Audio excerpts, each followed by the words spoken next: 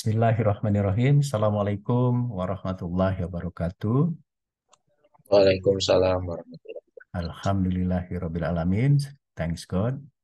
We are praying to Allah Subhanahu wa taala that today we can meet again in the subject of SIMDLP, Sejarah Indonesia, Masa Kemerdekaan, Demokrasi Liberal dan Terpimpin. Indonesian history in the time of liberal and guided democracy. Starting our lecture, let's reciting together Basmalah. Bismillahirrahmanirrahim. Last week I have explained you related to the introduction. If you want to understand about the history of Indonesia in the time of liberal democracy, Indonesian Revolution, liberal democracy, and guided democracy, particularly in the early period, in the time of Indonesian Revolution. Today, I would like to continue about our topic, and allow me to share with you related to our topic today.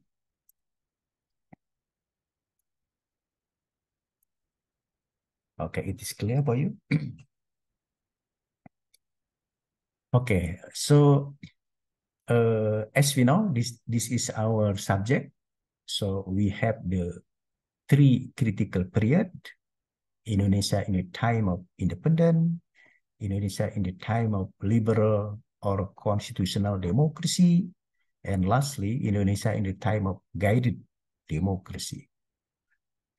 As I have mentioned last week, that if we talk about the Indonesia in the time of independence, there's many problems.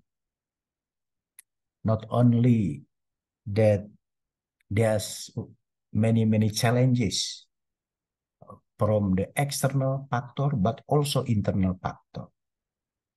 When Indonesian leaders declare its independence, there's also challenges, for example, from allied force or British troops, and also from the Netherlands people who accuse that Indonesian new state as the no democracy state, and so on and so forth, including also the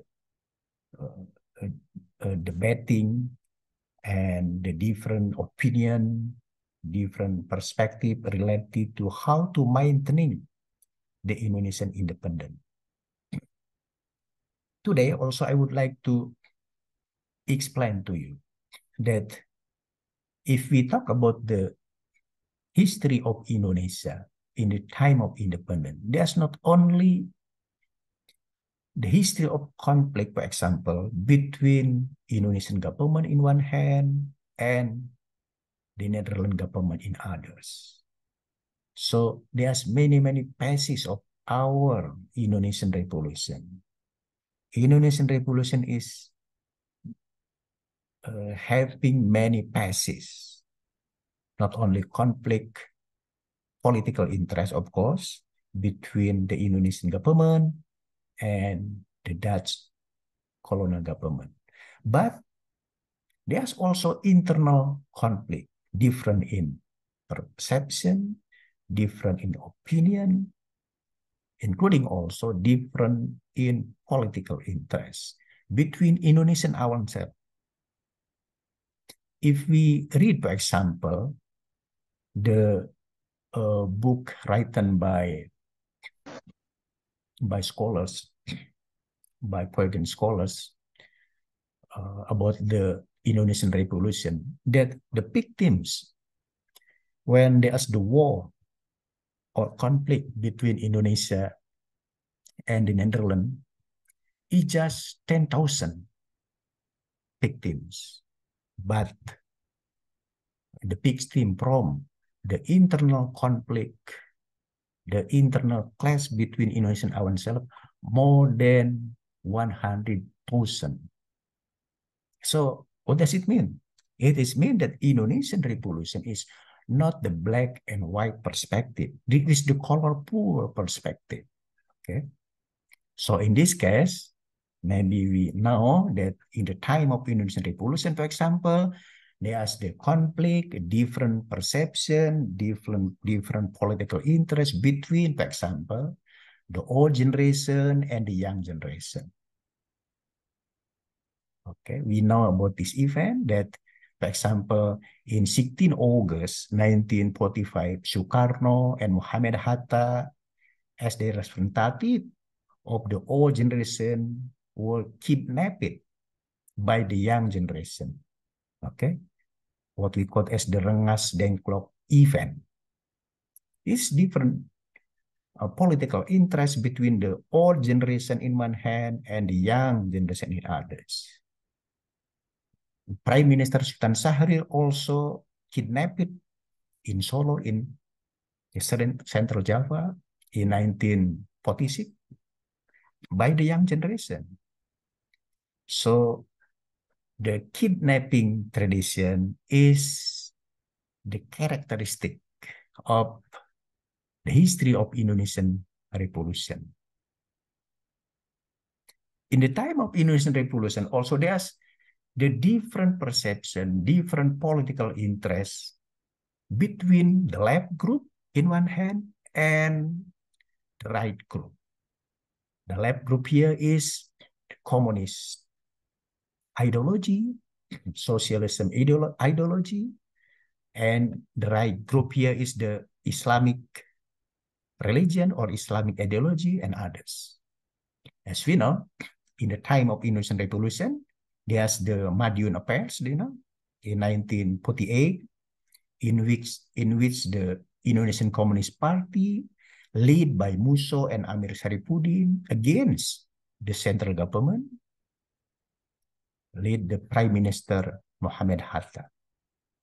And in this conflict, the national government in Yogyakarta can suppress the Indonesian Communist Party in Madiun. Many leaders of PKI, such as Musso, Amir Syarifuddin, killed in that event. Okay.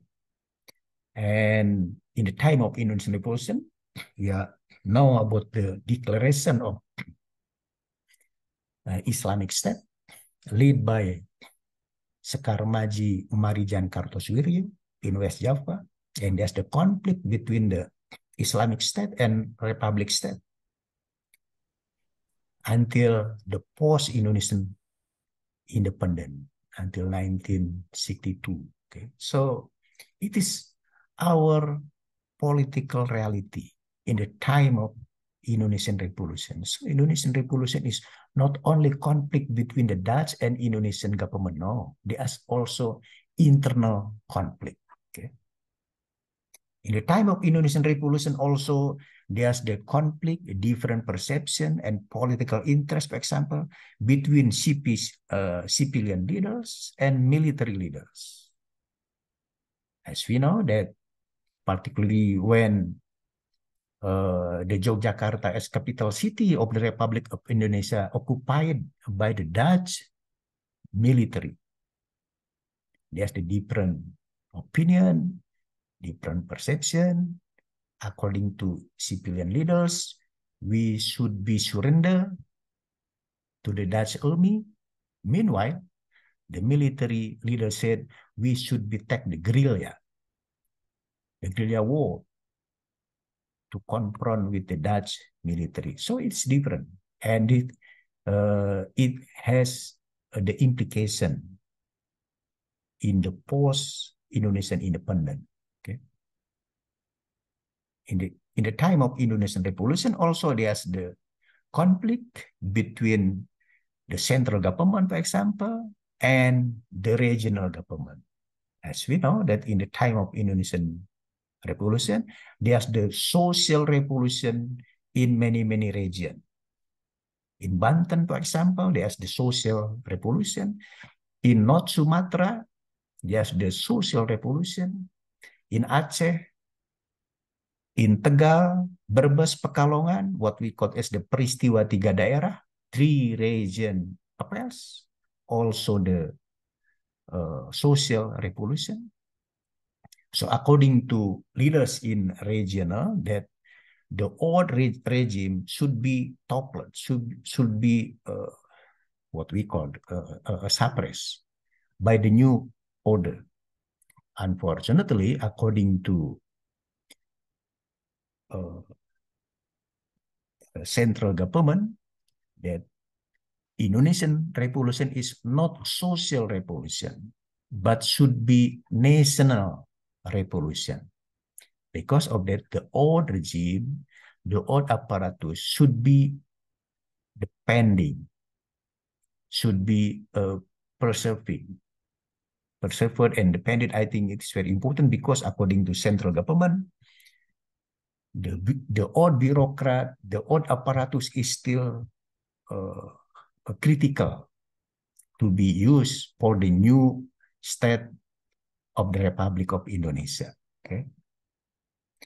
And of course, as we know, because of that, in the time of Indonesian Revolution, we are in the crossroad whether we will choose the left, what we call left way, right way, or middle way. Okay, so I think it is about our Indonesian Revolution passes, not one or not single picture, but many picture. Okay, so because of that, the history of Indonesian Revolution is very complexity, very what we call many interpretation, many event in which we should be understood about that event. Okay, as I have mentioned last week also, that between the central government led by Prime Minister Sultan Syahrir and the opposition leaders led by Muhammad Hatta, they are also different in strategy, how to maintaining the independence. According to opposition leaders, Indonesia should be battle, should be war against the Dutch, as shown in the Surabaya battle.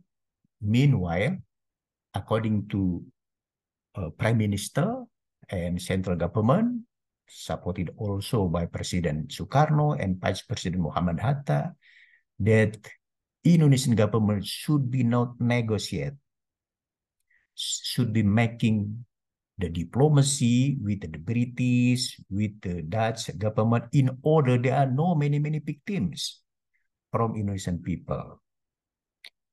For the Prime Minister Sultan Syahrir and for also the central government, the Surabaya battle case is the bad story because there's many victims from Indonesian people. Because of that, should be makes the solution that in maintaining the independent, government should be choose the negotiation method, should be choose the diplomacy strategy. And as we know, based on this strategy, diplomacy decided by the government and the opposition leaders should be arrested. Tan Malaka was arrested and others also arrested. This is giving the opportunity for the central government, for the Prime Minister Sultan Syahrir to make the negotiation with the British, with the Dutch colonial government. In this context, we know about the Linggajati Agreement, Renville Agreement, Rome-Van Rooyen Agreement, and finally the what is konferensi meja bundar, okay, round table conference in Netherlands in 1949. Okay, so let me see about the Linggajati Agreement. As we know, in Linggajati Agreement, do you know Linggajati located in the Cirebon area, near Cirebon area in West Java, right? There's many results about the Linggadjati Agreement. Firstly, that the form of Indonesian state is the RIS, Republik Indonesia Serikat, United States of Indonesia. Okay, it is the federal state in which in RIS, United States of Indonesia, consisted of many states. Republic of Indonesia is one state as members of United States of Indonesia. It is the result of Linggadjati Agreement. So, in the time of Indonesian Revolution, the form of Indonesian Republic is not NKRI. It's not the unitary state of the Republic of Indonesia. No. Our state in the time of Indonesian Revolution is United States of Indonesia, like America today. Okay, Republik Indonesia Serikat, and the Republic is Indonesia is just one of the states in the form of United States of Indonesia. Secondly, the Dutch government just regarded, just considered, just acknowledged the Indonesian territory only Sumatra, Java, and Sumatra Island. How about other islands? Kalimantan, Sulawesi, Kalimantan, Sundanese Little Island, still occupied by the Dutch colonial government. So it is the result of Linggadjati Agreement. Of course, there are many not satisfied from Indonesian people, termasuk including from the Indonesian leaders. Okay, but let me see the argument or the answer from the Prime Minister Sultan Syahrir. Why the government agree with the Linggadjati negotiation that Indonesian territory just consisted of Sumatra, Java, and Madura Island? Firstly, according to Sultan Syahrir, I think these three islands, Sumatra, Java, Madura, is critical island for Indonesia. Most of Indonesian people live and stay in these three islands. I think Sumatra, Java, Madura is the critical island. So if we, according to Sultan Syahrir, not yet gaining the Kalimantan Island, Sulawesi Island, I think it for the next struggle, for the next negotiation. In order, Indonesian territory consisted of all Indonesian territory. But in Linggadjati Agreement, we just de facto recognize it by the Dutch government, only Sumatra, Java, and Madura. It is more than enough because more than 50% the population of Indonesia stay in Sumatra, Java, and Madura. How many people of Indonesia in the time of Indonesian Revolution? 70 million. So if 70 million of Indonesian people, more than 50% stay or live in Sumatra, Java, Madura, it is mean 50 million Indonesian people live in Sumatra, Java, and Madura. So according to Syahrir, it is okay. And of course others. Okay, so for Indonesian government, the Linggadjati Agreement is good in one hand. Of course, for the opposition leaders, in this case is led by political party leaders, particularly from the PNI, Partai Nasional Indonesia, and Masyumi, Islamic Political Party, and others didn't satisfied with the government political attitude related to the Linggajati Agreement. However, when Linggajati Agreement was signed by both parties, the representative of Indonesia and the representative of Netherlands in March 1947, of the Linggajati Agreement, there's also different interpretation between the Indonesian government and the Dutch government related to the content of Linggajati Agreement. Particularly in the concept of freedom for the Indonesian Republic in meaning about the relation with other countries. So according to Dutch government or Netherlands government, the government of Republic of Indonesia is under the United States of Indonesia, under the RIS, Republik Indonesia Serikat. Because of that, the State of Republic of Indonesia deny to make relation with other countries because foreign affairs is become the rights of RIS, become the rights of United States of Indonesia. Do you understand? Jadi hubungan-hubungan luar negeri itu kata RIS jangan dilakukan oleh Republik Indonesia. Anda negara bagian. Yang berhak tuh pemerintah pusat. Siapa? Ratu Belanda. So it is the content of Linggajati Agreement. Meanwhile, according to government of Republic of Indonesia, no, we are freedom now. We are independent. Because of that, we can collaborate. We can mix the cooperation with other countries. Should be the what we call the building the relationship bilateral or multilateral, making the bilateral, for example, with the India, with the Egypt, with the Syria, with the Arab.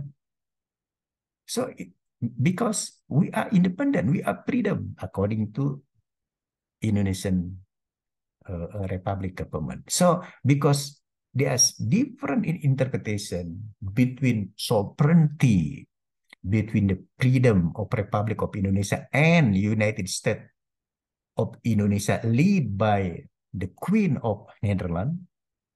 Because of that, in July 1947, the Dutch government, the Netherlands government did the agresi militer Belanda I, the first Dutch military aggression to occupy what we call the Sumatra Island, West Java, East Java, as the what is good in resources. As we know, Sumatra, West Java, and East Java is the area in which has the good resources. There are the many oils, many plantation, many forest product. So because of that, the name of operation, the name of military operation of the Dutch military in that time is Operasi Product or product operation. It is meaning that the Dutch military wants to occupy the many economic resources for Indonesian Republic. So Sumatra occupied, West Java occupied, and East Java occupied. In order the Republic of Indonesia minus in economic resources. By minus in economic resources, according to the Dutch government, Republic of Indonesia will collapse because they are no supporting from the area in which the surplus or good in economic resources, like the Sumatra, West Java, East Java, and so on. So there's the what is Dutch military aggression 1 in July 1947. Of course, by this aggression, this responding by international community, particularly by members of United Nations. Because of that, international community and United Nations want to make the negotiation again between the Dutch government and Indonesian government. Because of that, in this context, we know about the Renville Agreement in 1948, in which the USA, the American government, assists or as the arbiter, as the referee between the Indonesian government and the Dutch government should be negotiate again, should be make the agreement again in the place Renville. Renville is actually a battleship of the USA in Tanjung Priok Harbor. Okay, so that's the Renville Agreement. What the result of Renville Agreement? I think comparing with the Linggarjati Agreement, Renville Agreement is bad in content. Because according to Renville Agreement, the Indonesian territory now just central Java, just Yogyakarta and surrounding area, because Semarang, Awan-Selep was occupied by the Dutch military. Because of that, according to Renville Agreement, the Indonesian territory just Yogyakarta as the capital city of the Republic of Indonesia and surrounding area. Surrounding area here is the Surakarta area and Madiun area. I think it is our territory in the time of Indonesian Revolution. Meanwhile, the West Java, the Sumatra, the East Java occupied by the Dutch, and the border, the demarcation between the West Java, for example, and Republic territory should be named as the Garis Panmuk borderline. Okay, because West Java occupied by the Dutch military. Because of that, the border, the demarcation between the West Java and Indonesian Republic named as the Panmuk borderline. Garis Panmuk. It is result of Renville Agreement. And all Indonesian military who stay in the area in which occupied by the Dutch military should be moved to the Indonesian territory. In this context, why the Siliwangi Army, Siliwangi Division, who stay in West Java should be also moved to Yogyakarta, moved to Central Java. What we call as the hijrah event. So Siliwangi should be hijrah from West Java to Yogyakarta and Surakarta based on the Renville Agreement. Of course, there are many not satisfied by the military leaders, civilian leaders in West Java. Even the Kartosuwiryo in West Java established the NEE and the EE, right? So I think it should be understand why after Renville Agreement in West Java, there's emerging about the NEE and the DITIE, because many leaders of West Java didn't satisfied with the Renville Agreement. Okay, so by hijrah, the Siliwangi division, Siliwangi Army from West Java to Central Java, particularly to Yogyakarta and to Surakarta, it is also became a crowded situation. There's many conflict, as you know, between the Sundanese and Javanese army. As we know, between Javanese people and Sundanese people different in language, different in culture, Okay, if Sudanese people said cokot, cokot in Javanese people is gigit. Okay, it's very different. So according to Javanese people, oh jok ke susu mas. Sudanese people, ah, can nyekel susu saya maka karena kelengan. Different interpretation. Because of that, the hijrah of Siliwangi Army to Yogyakarta to Surakarta also there is many conflict with the Indonesian army from Jawa. Okay, and in this case we will see also about the internal conflict in military between, for example, Siliwangi Army and Panembahan Senopati Army and so on and so forth. However, based on a Renville Agreement that the territory of Indonesian Republic was limited, but the government of Republic of Indonesia still exists, not dying, not collapse. Okay, so even in, as we know, as I have mentioned earlier, in September 1948, there's the political conflict between the PKI, led by Musso and Amir Saripudin, against the central government in Yogyakarta, what we call as the Madiun Affairs, Peristiwa Madiun. Of course, the PKI leaders, Musso, Amir Saripudin, suppressed by the Siliwangi Army, who moved from West Java to Central Java. So I think it is the good opportunity for the Siliwangi Army to suppress the Indonesian communist leaders. Okay, because yeah, there's many conflict also with the Javanese army. So after Madiun Affairs in September 1948, the Dutch government see that the Republic Indonesia still exists.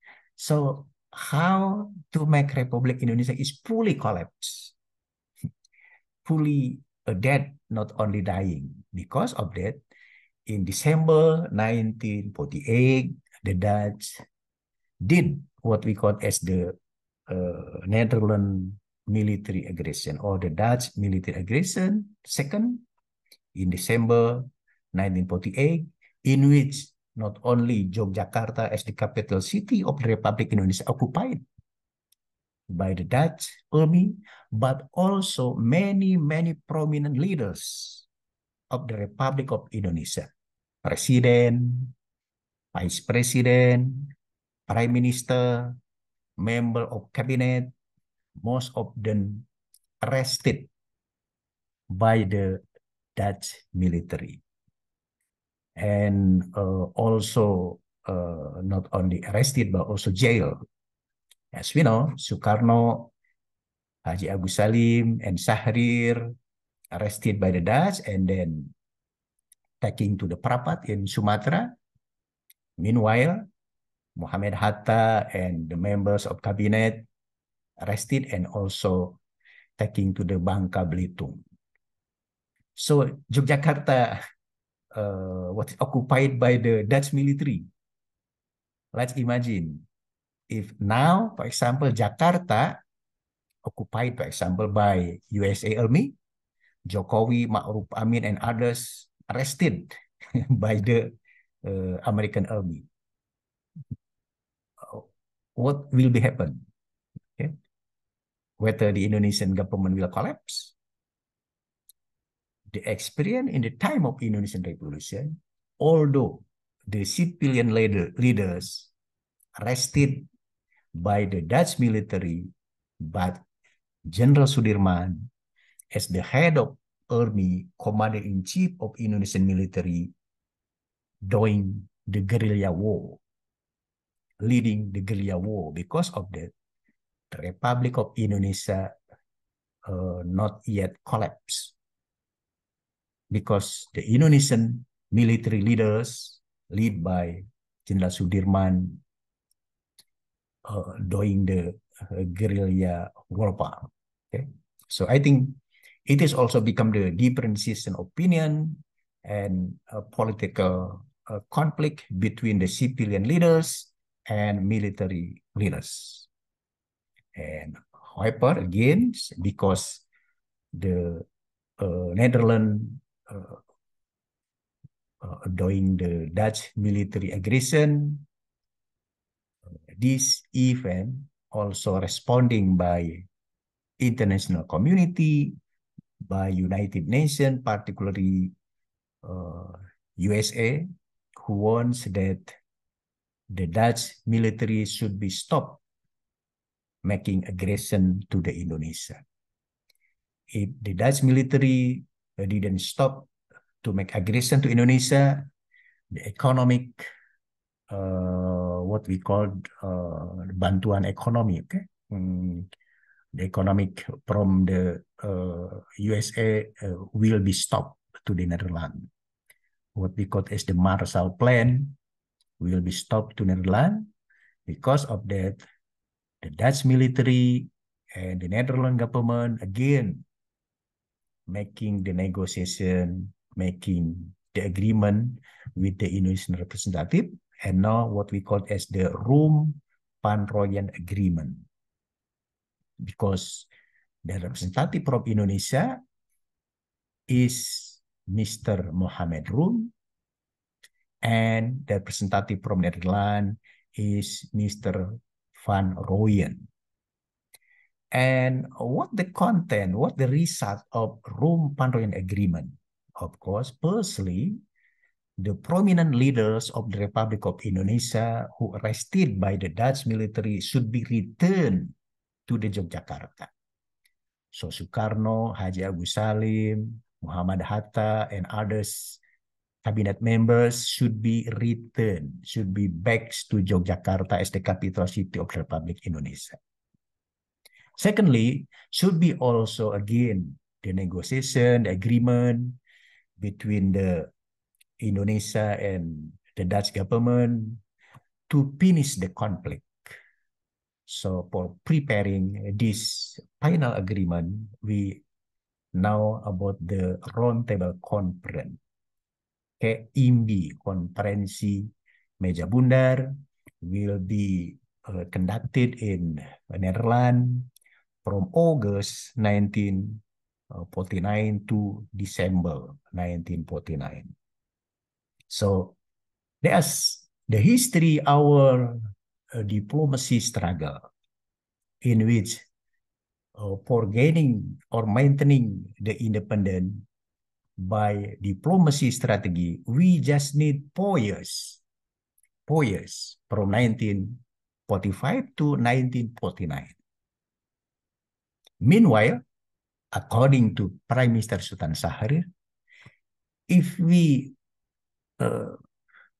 guiding the independent or maintaining the independent by war, by struggle, maybe we need the time more than 4 years. As comparison, as we know, Vietnam, for example, who struggle and war against the French, and then the USA need 30 years for maintaining the independence. As we know, Vietnam also gaining the independence in 1945, similar with Indonesia, but gaining the full independence, sovereignty, in 1975. So need 30 years for Vietnam for gaining the independence. Meanwhile, Indonesia just 5 years because in struggling for gaining the independence, they as with the diplomacy strategy, with the negotiation agreement between the Indonesian government and the Netherlands government. Okay, so I think there's our history related to how the Indonesian independence should be maintained, should be guided by Indonesian government and people. So I think It is the story about the Madiun affairs, as we know that the PKI leaders, Musso, and the Indonesian national leader, Sukarno, and the Darul Islam leaders, Kartosuiryo, is the student of political leaders, Haji Omar Said Cokroaminoto. But this former student finally became the conflicts in the time of Indonesian Revolution. Musso won to make the Indonesian Revolution take the left way. Meanwhile, Sukarno won to Indonesian Revolution to take the middle way, and Kartosuiryo won to make the Indonesian Revolution to take the right way. And the conflict between these three prominent leaders, the winner is Sukarno. Okay, Musso was died, killed in the Madiun affairs, and Kartosuiryo also arrested and killed in 1962. Okay, so I think about our story of Indonesian Revolution. So Indonesian Revolution not only the conflict between, again, the Dutch government and the Indonesian government, but also there's many internal conflict in ourselves. Okay, so I think this is about the Indonesian Revolution, and finally, based on the Roundtable Conference, the Dutch government, the Netherlands government recognize the Indonesian independence, the Indonesian sovereignty on 27 December 1949. Because of that, for the Netherlands government, the Indonesian independence since 27 December 1949, based on the Roundtable Conference. So if we ask to the Netherlands student, for example, or Netherlands people, when Indonesian declare independent, they said 27 December 1949, based on the Roundtable Conference. Meanwhile, based on the Indonesian opinion, we are declared independent on 17 August 1945. Okay, so I think it is the different interpretation between the Dutch government and the Indonesian government. In the Roundtable Conference, also it is very interesting about the result, about the content of this agreement.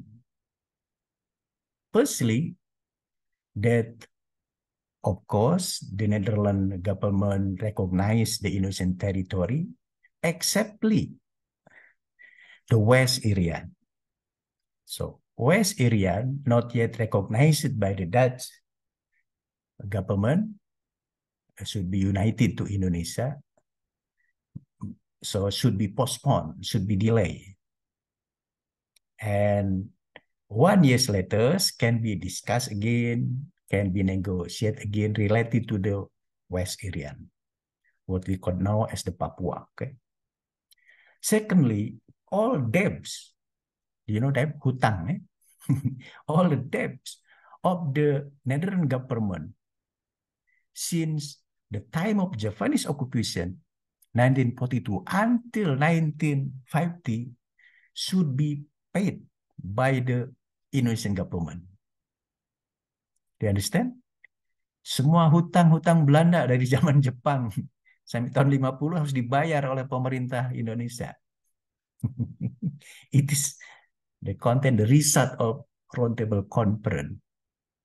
However, the leaders of Indonesian government, led by Prime Minister Mohammed Hatta, and also agree by the Sukarno, okay, text the sign of agreement. What is important for Indonesia is we can get the freedom, we can get the independence. About the debt, we will pay. Next. So I think it is about the last agreement, what we call as the Roundtable Conference between Indonesian government and the Netherlands government. Of course, after we gaining fully independent in 1950, there's many aspiration, many hoping from Indonesian people, Indonesian leader in order entering to the post-Indonesian independence, entering to the democracy, liberal democracy or constitutional democracy, Indonesia should be better rather than in the time of Indonesian Revolution. I think there's story or history about the Indonesian Revolution from 1945 to 1950. Okay, and now I would like to give you one question, and please you should be answer this question to the WhatsApp group. Okay. Okay. The question is the question is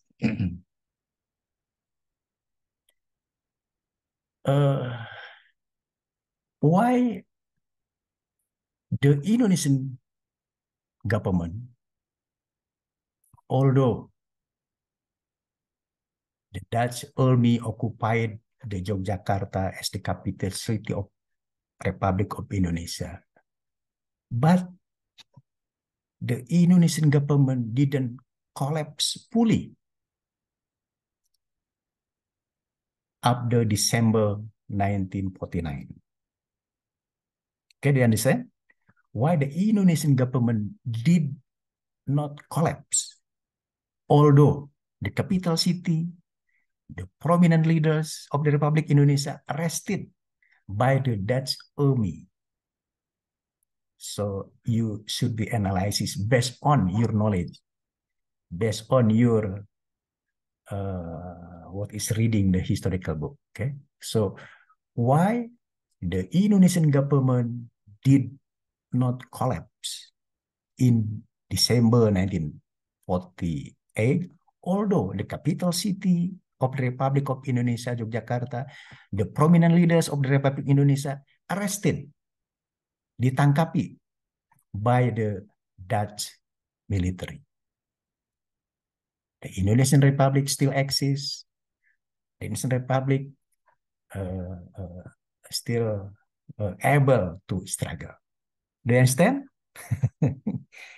Okay, please you on camera because the PG class, the head of class, will text the picture in Zoom screen. So please the head of class, you taking the picture with the sign 1, 2, 3, and then the next screen. There's the 28 participant, maybe minus me and Pak Esa, just 26 participant. Okay, please, PJ class, 1, 2, 3, the first screen. Ya, sudah, Pak. Okay, and second screen, please. 1, 2, 3. Already?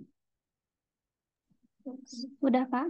Okay, and please you share about the what is a picture or photograph in WhatsApp group. Okay, thank you very much, my student, for your attention and for you joining us. And let's ending our lecture today by reciting together also Hamdalah. Alhamdulillahirabbil alamin. Insyaallah we will meet again in the next week with different topic and different language. Okay. I would like to lecture you in Malay language for the next week. Bye-bye. Thank you very much. Assalamualaikum warahmatullahi wabarakatuh. Waalaikumsalam. Thank you, Mister. Okay, you're welcome.